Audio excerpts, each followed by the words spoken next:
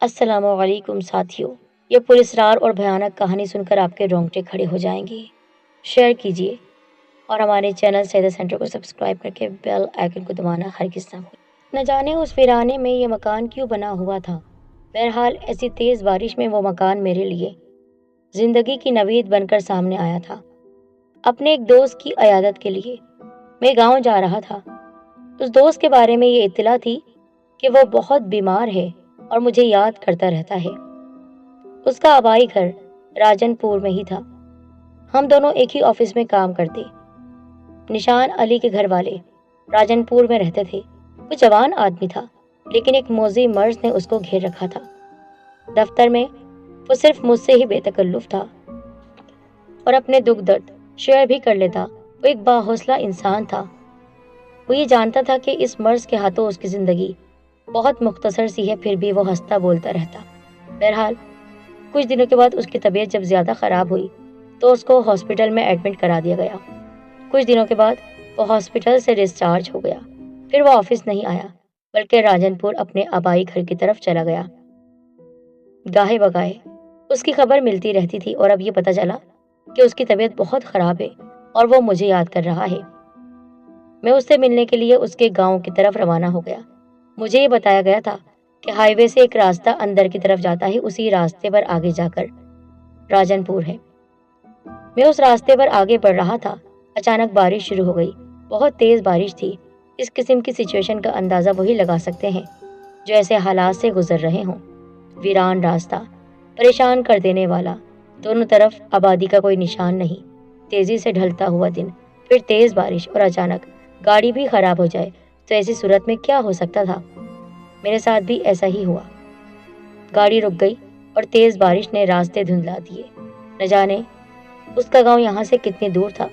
بے پناہ مایوسی اور خوف کی کیفیت تھی۔ ایسے میں وہ مکان دکھائی دے گیا۔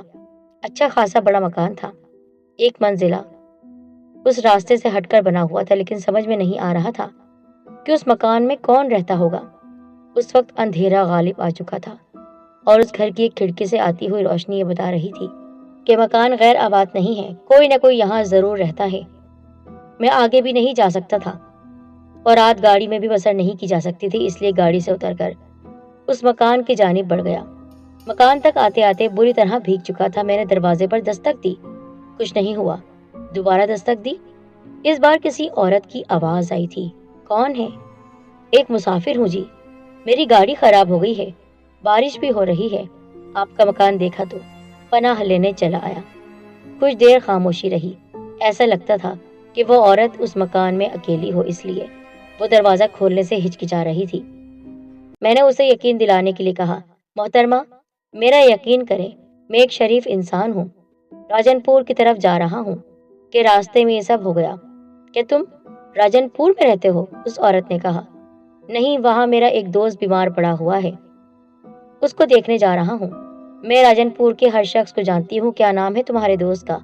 نشان علی، وہ میرے ساتھ آفس میں کام کرتا ہے۔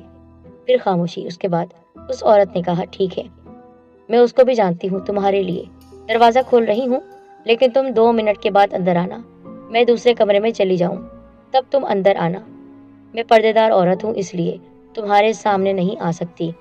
ٹھیک ہے محترمہ، میرے لیے اتنا ہی بہت ہوگا کہ رات بھر کے لیے اس بارش سے پناہ مل جائے گی۔ بہرحال دروازہ کھول دیا گیا، لیکن اس نے کہا تھا کہ 2 منٹ کے بعد اندر آنا۔ میں نے 2 منٹ انتظار کے بعد دروازے کو دھکا دیا جو اندر کی طرف کھل گیا۔ میں کمرے میں داخل ہوا، بارش سے نجات مل گئی۔ ویسے میں سر سے پاؤں تک بھیگا ہوا تھا۔ کمرے کی حالت عجیب سی ہو رہی تھی۔ 2 کرسیاں تھیں، ایک طرف ایک پرانی میز تھی، بلب تو جل رہا تھا لیکن اس کی روشنی بہت مرجھائی سی تھی۔ اس کمرے کے برابر ایک اور کمرہ تھا، دونوں کمروں کے درمیان ایک پردہ لٹک رہا تھا۔ کمرے میں کچھ عجیب سی بو تھی جو اس وقت سمجھ نہیں آ سکی۔ ایک کرسی پر ایک تولیہ رکھا ہوا تھا۔ میں نے تولیے کی طرف ہاتھ بڑھایا تھا کہ اس عورت کی آواز آئی، نہیں، بالکل نہیں، تم یہ تولیہ استعمال نہیں کر سکتے۔ شاید وہ پردے کے پیچھے سے دیکھ رہی تھی۔ محترمہ میں بہت بری طرح سے بھیگا ہوا ہوں، تولیے سے اپنے آپ کو خشک کرنا چاہتا ہوں، کچھ بھی ہو جائے تم تولیہ استعمال نہیں کر سکتے، بلکہ کسی اور بھی چیز کو تم استعمال نہیں کرو گے، کسی بھی چیز کو۔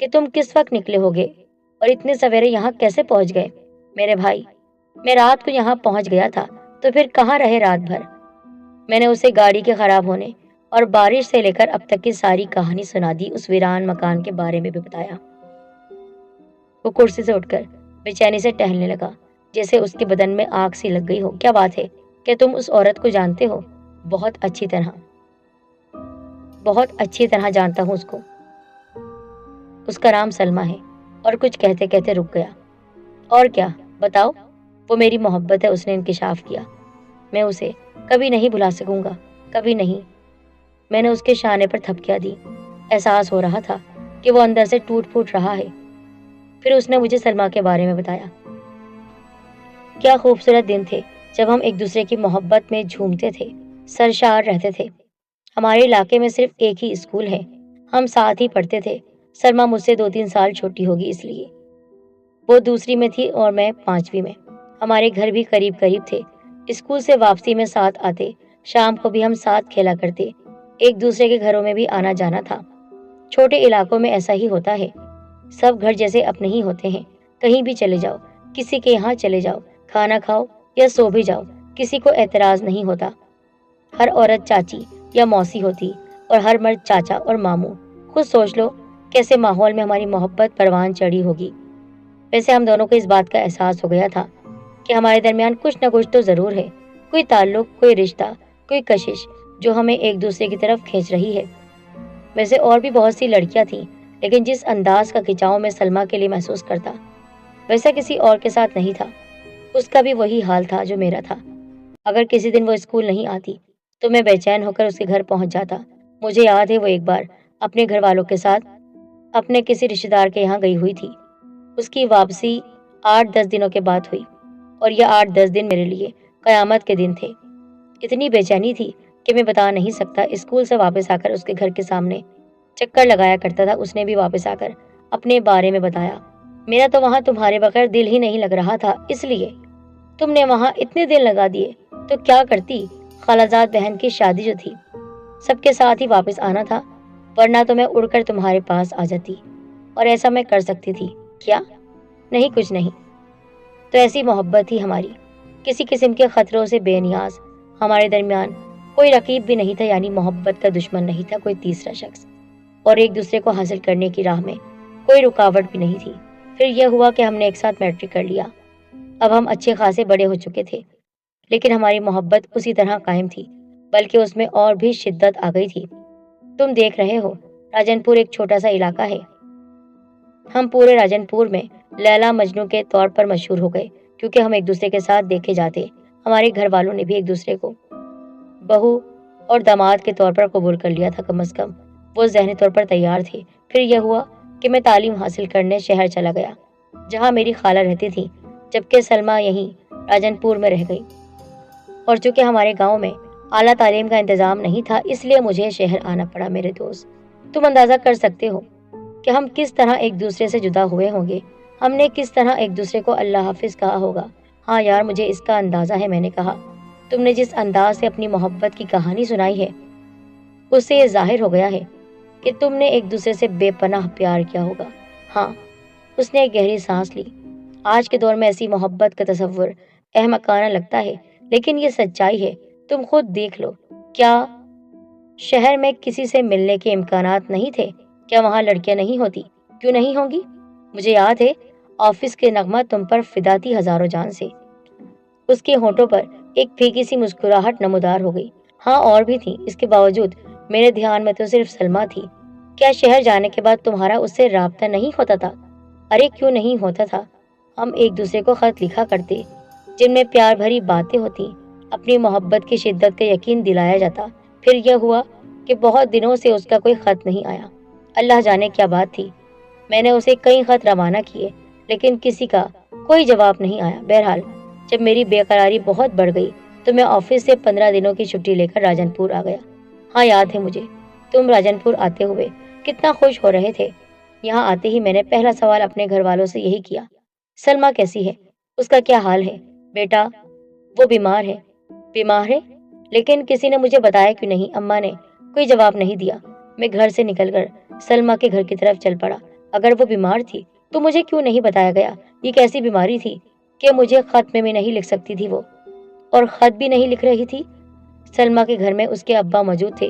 مجھے اچانک دیکھ کر وہ حیران رہ گئے۔ بیٹا تم کب آئے؟ آج ہی یہاں آیا ہوں چاچا، اماں سے مجھے سلمیٰ کی بیماری کا پتہ چلا، اس کو دیکھنے چلا آیا۔ بیٹا تم اس کو نہیں دیکھ سکو گے؟ ان کے لہجے میں بے پناہ اداسی تھی۔ آخر کیوں نہیں دیکھ سکوں گا؟ میں غصے سے بولا۔ ایسی کون سی مصیبت آ گئی ہے اس پر؟ میں نے کہا نا کہ تم اس سے نہیں مل سکتے، تمہارے لیے یہی بہتر ہوگا کہ تم اس کو بھول جاؤ، چھوڑ دو اس کو۔ چاچا یہ آپ کیسا مشورہ دے رہے ہیں؟ آپ کو تو معلوم ہے ہم کب سے ایک دوسرے کے ساتھ ہیں، ہم کس طرح ایک دوسرے کو… ہاں سب یاد ہے مجھے، سب جانتا ہوں۔ اس کے باپ نے میری بات کاٹ دی، لیکن پھر بھی یہی کہوں گا میں کہ اب تم اس کو بھول جاؤ، ہمیشہ کے لیے۔ وہ کہتے کہتے رک گئے۔ ہاں چاچا بتاؤ کیا بات ہے؟ تم بولتے بولتے رک کیوں گئے ہو؟ میرا دل دھڑکنے لگا۔ وہ اب ہمارے قابل نہیں رہی، اس کے باپ نے اپنی بات پوری کر دی، بلکہ اب وہ کسی کے بھی قابل نہیں رہی۔ ہم نے اسے گھر سے نکال دیا ہے، اس سے ہمارے سارے رشتے ختم ہو چکے ہیں۔ تم بھی اس کو بھول جاؤ تو بہتر ہوگا۔ یہ سب سن کر میری آنکھوں کے آگے اندھیرے پھیل گئے۔ ہمارے یہاں ایسا وقت اس وقت ہوتا ہے جب کوئی لڑکی بد کردار نکل آئے، جب رنگے ہاتھوں اسے پکڑ لیا جائے، تو اس وقت ہمارا معاشرہ اسے خود سے الگ کر دیتا ہے، گھر والے اسے سارے رشتے توڑ دیتے ہیں۔ تو کیا سلمیٰ بھی ایسی تھی؟ یقین ہی نہیں آ رہا تھا۔ ایسا بھی ہو سکتا تھا؟ ایسا ہو ہی نہیں سکتا تھا۔ سلمیٰ کبھی ایسا نہیں کر سکتی، اس کا باپ جھوٹ بول رہا تھا۔ تو پھر میری ماں کیوں خاموش ہو گئی تھی؟ اس نے صرف اتنا بتایا تھا کہ سلمیٰ بیمار ہے، اس کے علاوہ اس نے کچھ نہیں بتایا تھا۔ لیکن سلمیٰ نے ایسا کیوں کیا؟ کیا اسے میری وفا پر یقین نہیں تھا؟ کیا وہ بے وفا تھی؟ میں بہت اداس اور پریشان سا گھر واپس آ گیا۔ بے شمار سوالات تھے۔ پہلا سوال تو یہی تھا کہ وہ کون تھا جس کی خاطر سلمیٰ نے مجھ سے بے وفائی کی؟ دوسرا سوال کہ جب راجن پور نے اسے نکال دیا تھا تو پھر وہ کہاں گئی؟ کیا وہ اس کے ساتھ تھی جس کے لیے اس نے میری محبت اور میری پرواہ نہ کی؟ گھر آیا تو گھر والے کھانے پر انتظار کر رہے تھے۔ کہاں گیا تھا بیٹا؟ سلمیٰ کی طرف۔ ماں مجھے یہ پتا چلا ہے کہ اس کے باپ نے اسے گھر سے نکال دیا ہے۔ وہ بیمار نہیں تھی بلکہ گھر سے نکال دی گئی تھی۔ ہاں بیٹا ایسا ہی ہے، وہ اپنے ہی گھر میں نہیں بلکہ راجن پور سے بھی نکال دی گئی ہے۔ لیکن وہ کہاں ہے؟ کم از کم اتنا تو پتا چلے وہ کہاں گئی۔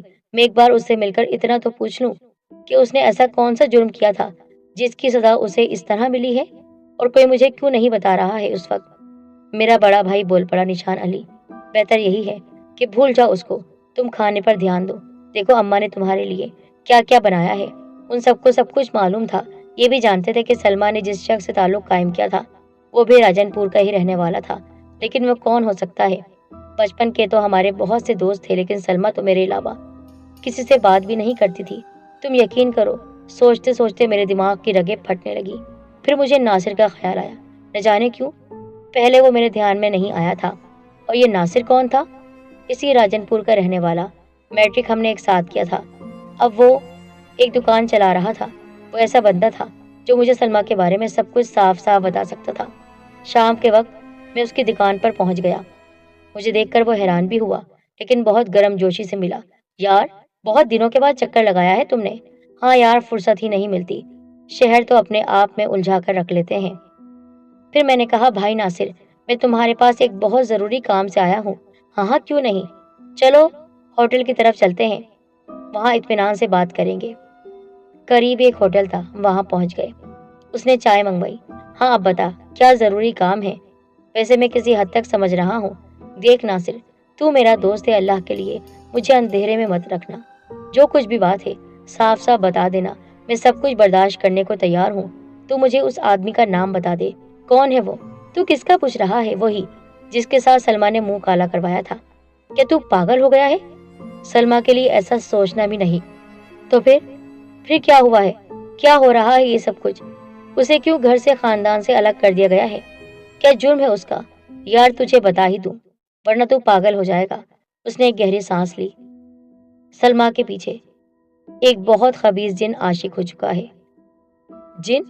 ہاں، دراصل سلمیٰ جہاں رہتی تھی وہاں ایک بہت بڑا درخت تھا۔